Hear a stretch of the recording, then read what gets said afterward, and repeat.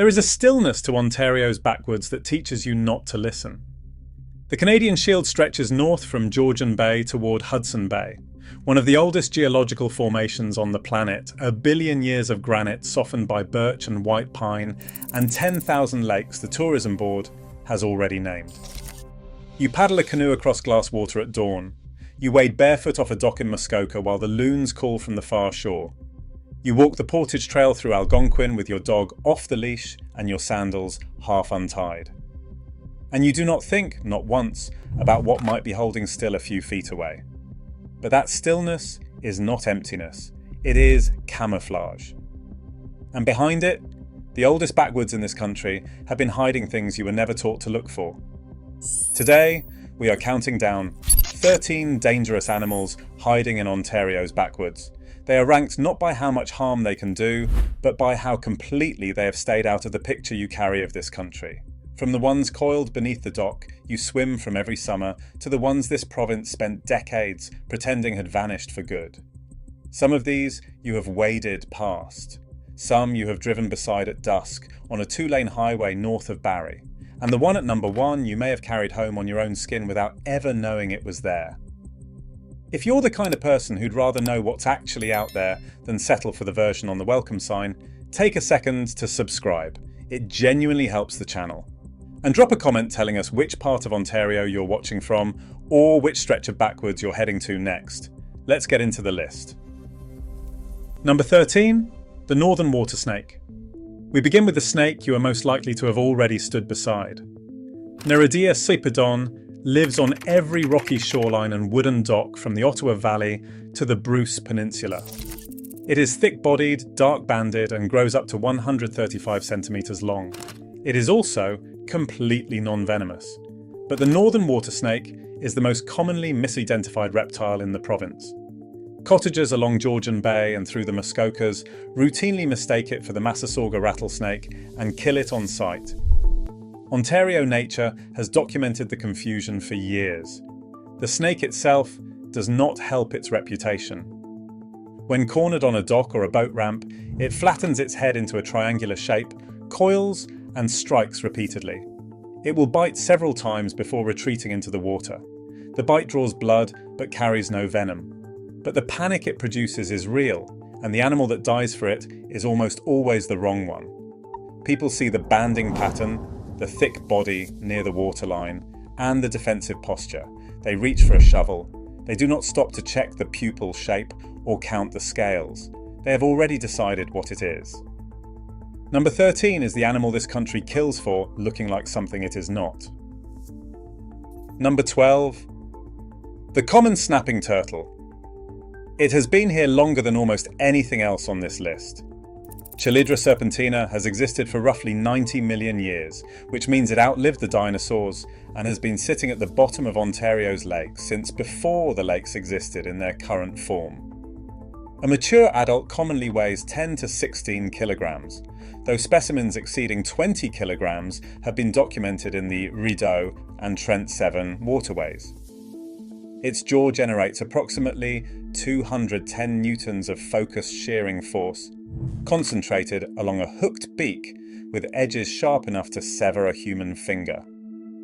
In water, the snapping turtle is docile. It moves along the bottom, buried in mud and dead leaves. But on land, the animal cannot retreat into its shell. Its body is too large for the carapace, so it bites. The snapping turtle crosses roads to nest in June and July, often along the same gravel shoulders where families park for swimming at provincial parks and cottage launches. You step over it. You let the children wade near it. You assume the dark shape in the shallows is a submerged log. The turtle is protected under the Ontario Fish and Wildlife Conservation Act, which makes it illegal to relocate, harm, or harass one. It does not need the law to protect itself. Number 12 is the oldest predator in every lake you have ever swum in, and it has never once announced itself. Number 11, the bald-faced hornet. Now we move from the water to the air directly above your cottage porch. Dolichowespula maculata builds grey paper nests the size of a football in cottage eaves, low-hanging birch branches, and the underside of boathouses across central and northern Ontario. Unlike honeybees, the bald-faced hornet does not lose its stinger after a single use. It stings repeatedly. And it defends a perimeter of roughly 3 meters around the nest entrance, which means the trigger is proximity, not provocation. You do not need to swat at it. You only need to walk past the wrong tree while carrying a cooler. Emergency departments across the province record a spike in anaphylactic reactions every July and August, and the majority involve hornets or yellow jackets rather than honeybees. The nests grow through summer and peak in September, just as the colony enters its most aggressive phase and the last cottage visitors arrive for the long weekend. You reach for a paddle stored under the wrong eave. You stack firewood against a wall you did not inspect. There is no rattle and no growl. The first sign is the sting itself. People call it a wasp and wave a hand at the air. They treat it as a minor inconvenience rather than a medical event. But for the estimated 1 to 2% of the population with venom hypersensitivity, a single sting deep in the backwoods and far from a hospital changes the arithmetic entirely. Number 11 is the animal you swat at without thinking, and it has never needed your attention to find you. Number 10. The porcupine. It is not fast, it is not aggressive. It weighs between 5 and 14 kilograms and waddles through the understory at a pace you could match on your knees. But the North American porcupine carries roughly 30,000 quills across its back and tail, each one tipped with microscopic backward-facing barbs that pull the quill deeper into tissue with every muscle contraction. Veterinary clinics in Parry Sound, Halliburton, and Muskoka treat hundreds of quilled dogs every summer. The quills migrate. A quill that enters a dog's muzzle can work its way inward toward the eye socket or chest cavity over a period of days. In rare documented cases, quills have punctured internal organs. For humans, the risk is lower, but not absent. A hand placed on the wrong log at dusk, a bare foot set down on a dark trail. The porcupine is nocturnal and feeds on bark, salt residue, and the adhesive in plywood, which is why it gnaws on cabin steps, canoe gunnels, and outhouse seats left untreated with varnish. You hear the chewing in the dark before you see the animal. By then, you are already within range. People classify the porcupine somewhere between a roadside curiosity and a mild nuisance. Slow, round, harmless. A thing you photograph from the car window and show to the children. They are not wrong about its temperament, they are wrong about its engineering. Number 10 is the gentlest animal on this list, and it does not need to be fast to teach you that you are standing too close. Number 9. The moose. Now we move from the animals you have stepped past to the ones whose true scale you have badly misjudged. A bull moose in northern Ontario stands roughly 1.8 meters at the shoulder and weighs between 400 and 700 kilograms. Its legs are long enough to clear most highway guardrails and median barriers. That height is the problem. In a vehicle collision, the legs buckle on impact and the full mass of the body comes through the windshield at chest and head level. Ontario reports approximately 14,000 large animal vehicle collisions every year, accounting for roughly 10% of all vehicle accidents in the province. The moose is the centerpiece of that figure. Highway 17 near Wawa, Highway 11 north of North Bay, Highway 69 through Sudbury. These are corridors where moose cross at dusk from May through August, drawn to roadside ditches for standing water and mineral salt left by winter ploughing. 89% of wildlife collisions in Ontario occur on two-lane roads. The majority happen between dusk and dawn. A mature bull on a dark stretch of the Trans-Canada is functionally invisible until the headlights find it, and by then the stopping distance is gone. Across Canada, moose collisions caused 236 human deaths over a 15-year period from 2000 to 2014, nearly double the number caused by deer. No whistle, reflector, or chemical repellent has proven consistently effective at keeping them off the road. The moose does not flee from oncoming light, it stands and turns its head. People put the moose on the welcome sign, on the souvenir mug, on the park brochure. They do not picture it standing broadside in the middle of the highway at 10 o'clock on a moonless night in June. Number 9 is the postcard animal that kills more people in this province than every other creature on this list combined. Number 8, the black bear. If the moose is misjudged by its gentleness, the black bear is misjudged by its arithmetic.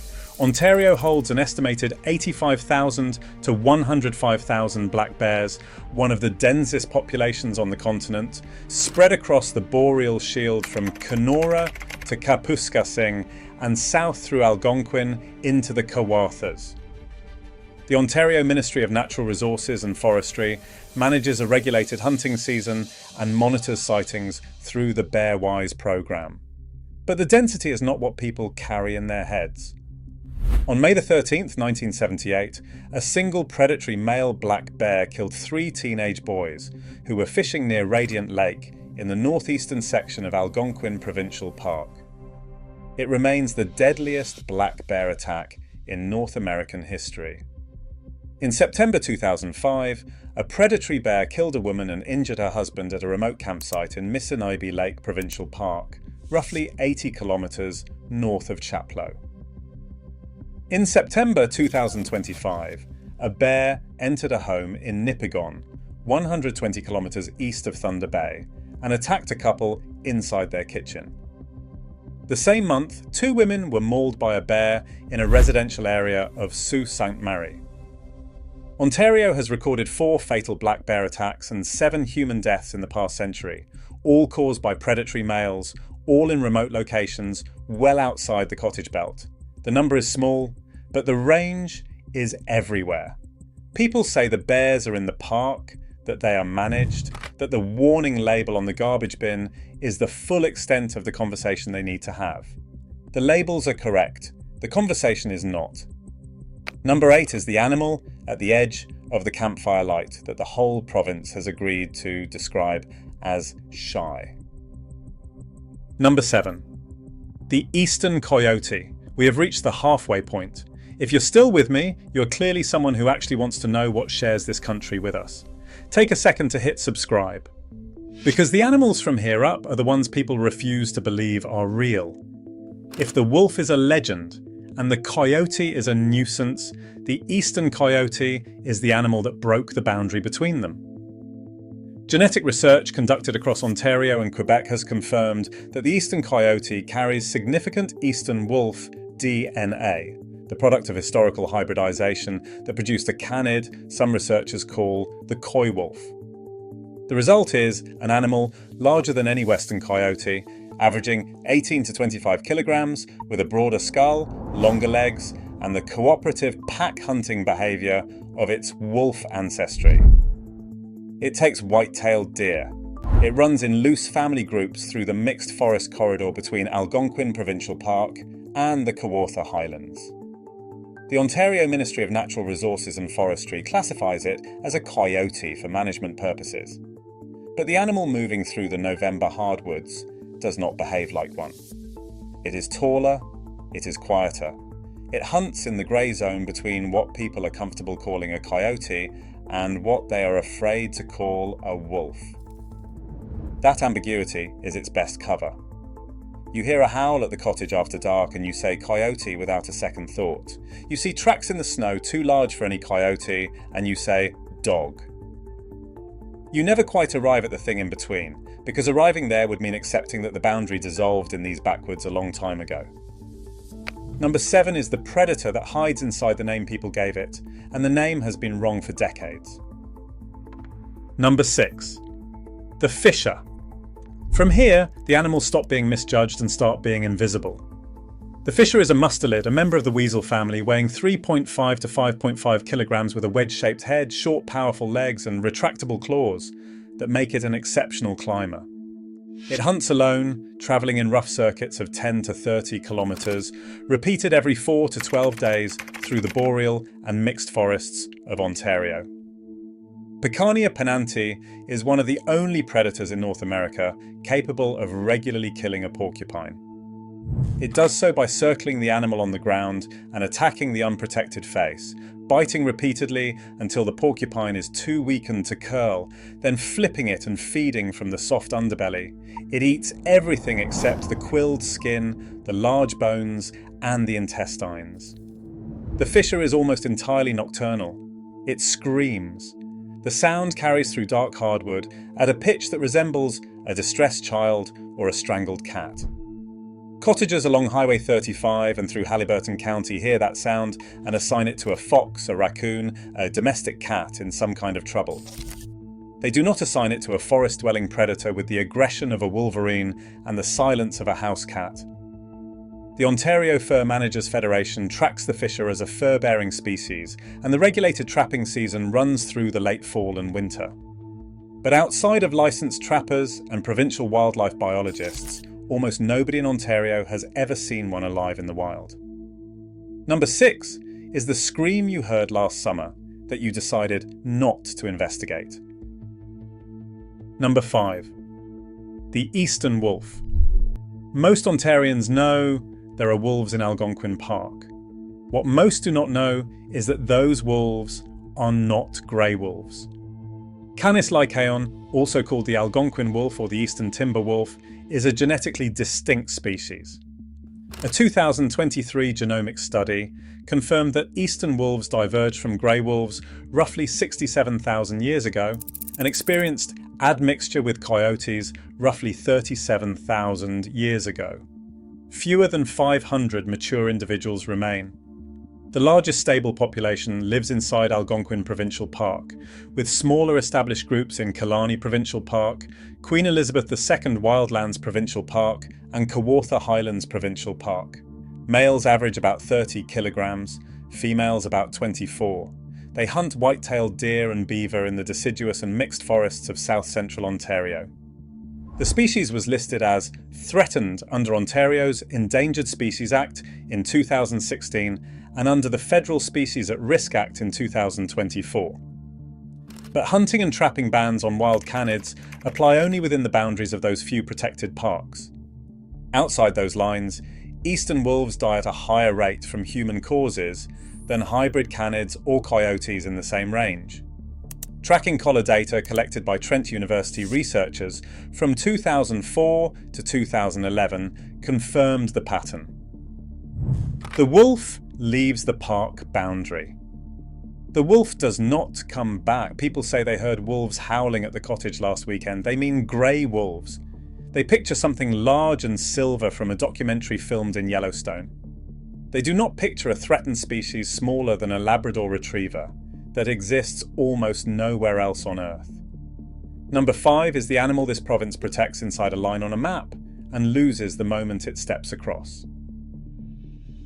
Number 4. The cougar. Now we arrive at the animals people flatly will not accept. The eastern cougar was declared extinct in the United States in 2011. In Ontario, Puma concolor has been listed as endangered under the Endangered Species Act since 2008. But between 1991 and 2010, Dr. Rick Rosat and the Ontario Ministry of Natural Resources collected and verified 497 pieces of evidence confirming the presence of free-ranging cougars on the Ontario landscape. 21 of those were Class 1 evidence, scat with confirmed DNA, hair samples, verified track impressions, and photographs authenticated by 6 cougar specialists. 13 were Class 2 sightings by qualified observers such as government biologists. The evidence came from across the province, from Red Lake in the northwest to Cornwall in the east. In March 2017, a dead male cougar was found in a snowbank off Boreal Road, northwest of Thunder Bay. A necropsy determined it had starved after attempting to eat a porcupine. It was the first confirmed wild cougar carcass recovered in Ontario history. In December 2020, and again in January 2021, trail cameras positioned outside Thunder Bay recorded 2 more living individuals. The ministry received close to 1,000 sighting reports between 2003 and 2012. Over 90% were reclassified as misidentifications, large dogs, Canada lynx, tricks of light on a dark highway. The remainder were never explained. The ministry has stated clearly that it has not reintroduced cougars into the province, but it has also confirmed, through peer-reviewed publication in the Canadian Field Naturalist, that cougars are present. People process this contradiction by choosing one of two stories. Either the animal was someone's escaped pet, or it simply does not exist here. Both stories are more comfortable than the alternative, which is that a solitary apex predator, the weight of a large German shepherd, is hunting deer through the backwoods of central Ontario, and nobody has agreed to count it. Number 4 is the legend that turned out to be documented, and the province still has not decided what to do about it. Number 3, the Massasauga rattlesnake. Ontario has a venomous snake. Say that sentence out loud in a room full of cottagers and watch the faces. The eastern Massasauga is a pygmy rattlesnake, 55 to 75 centimeters long, with saddle-shaped brown blotches along its back and a segmented rattle at the tip of its tail. It is Ontario's only venomous reptile. The Great Lakes and St. Lawrence population survives on the Bruce Peninsula and along the eastern shore of Georgian Bay, where it overwinters in mossy hummocks of lowland bogs and fens and emerges in late April to bask on flat table rocks in the spring sun. Georgian Bay Islands National Park, centred on Beausoleil Island, holds one of the most carefully studied populations in the country, monitored through a 30-year mark recapture program led by Parks Canada. The Carolinian population to the south is smaller and more precarious. The Committee on the Status of Endangered Wildlife in Canada estimates perhaps 40 to 70 mature individuals in the Wainfleet Bog on the northeast shore of Lake Erie. Near Windsor at the Ojibwe Prairie Complex, the count may sit as low as 10 to 40. Only 2 people have ever died from a Massasauga bite in Ontario, both more than 40 years ago. The venom is mild by global rattlesnake standards, enough to immobilize a mouse, but unlikely to kill a healthy adult. The Great Lakes population is listed as threatened. The Carolinian population is listed as endangered. Road mortality, habitat fragmentation, and direct persecution are the primary drivers of decline. People kill Massasaugas on sight because they hear the rattle and do not wait to learn the rest. The snake that frightens them is itself vanishing.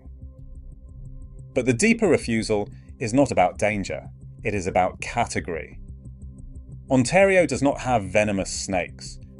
Cottagers on Georgian Bay who have shared a shoreline with Massasaugas for 20 years will insist on this, firmly and without hesitation.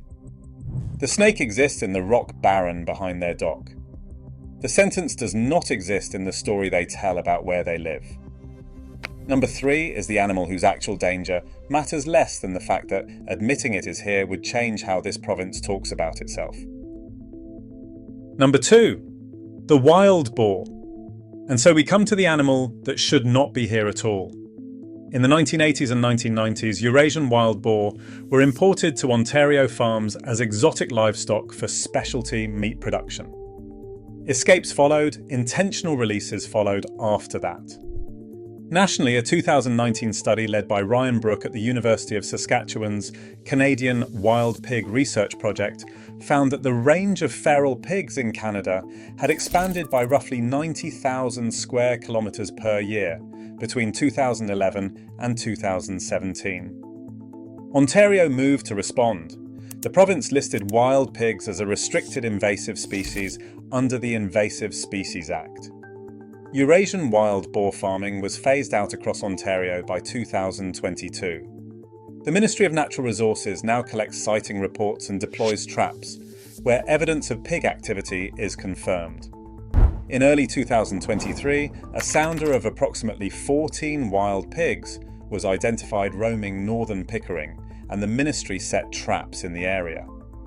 A peer-reviewed 2021 study by Erin Cohen and colleagues at the ministry found that wild boar sightings in Ontario averaged 16.3 kilometres from premises that kept wild boar, supporting the hypothesis that most sightings represent recent escapes rather than established populations.